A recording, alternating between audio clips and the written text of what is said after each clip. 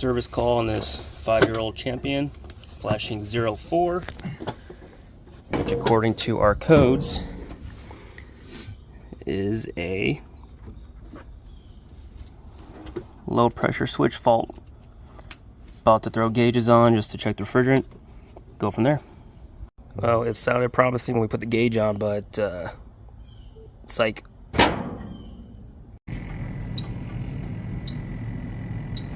Maybe should have left the fan off.